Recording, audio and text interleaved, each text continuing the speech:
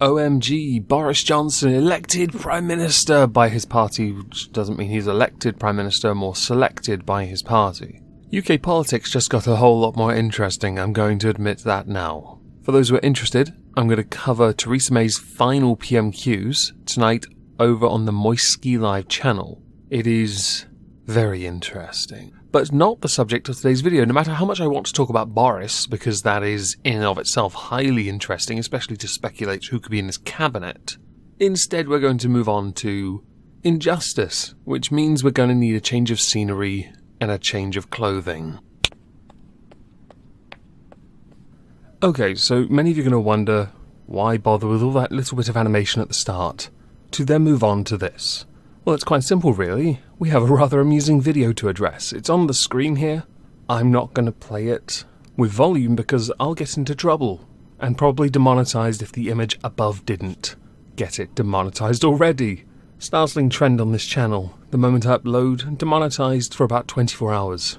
These kind of subjects, bit hit or miss. I'm linking 2 articles down below, both of which have this video. The video is 7 minutes long, and in it, it catalogues an arrest of Graham Evans.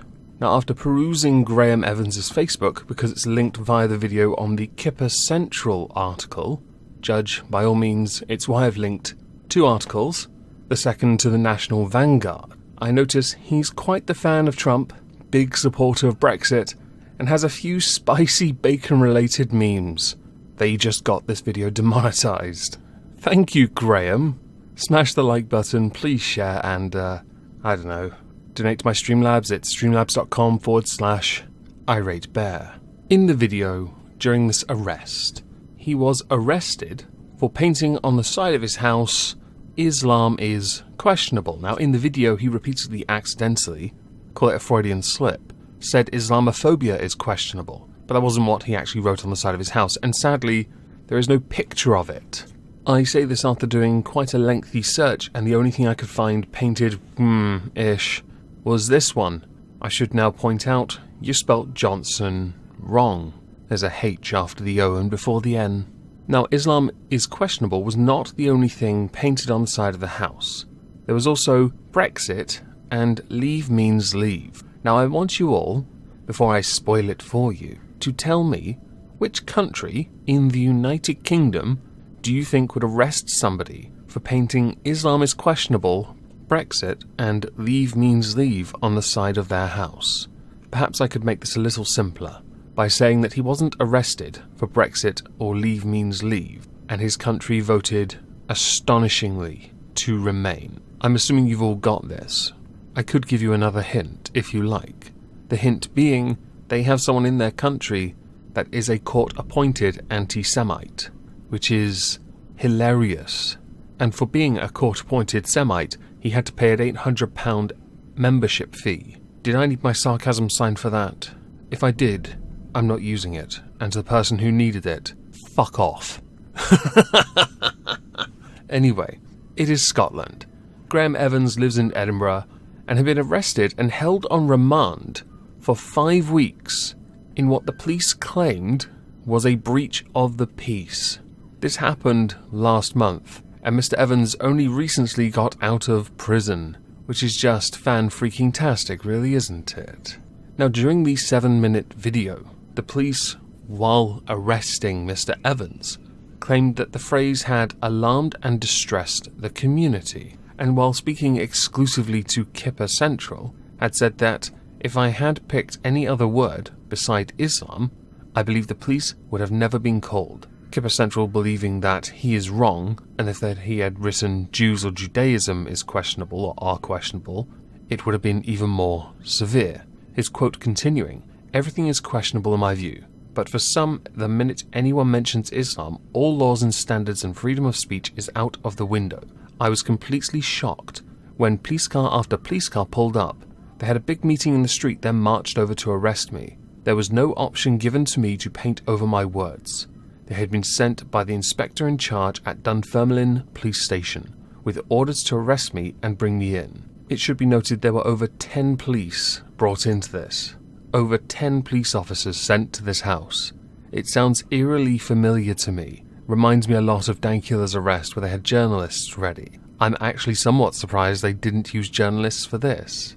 What truly fascinates me about all of this is that after spending 5 weeks in prison until a trial, the judge dropped the whole thing, found him not guilty, claimed that there was no case to answer for, and that it was a freedom of speech issue.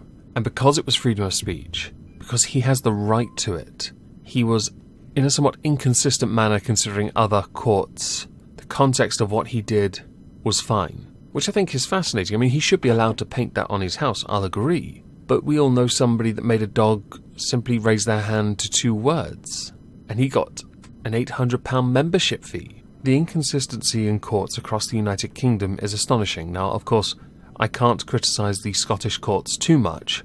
They are somewhat devolved from the rest of the United Kingdom. English courts have a different system. We don't have sheriffs because we're not idiots. We are cultured, apparently. Do I need my sarcasm for that too? Jesus. I am curious, and of course I intend to ask all of you this.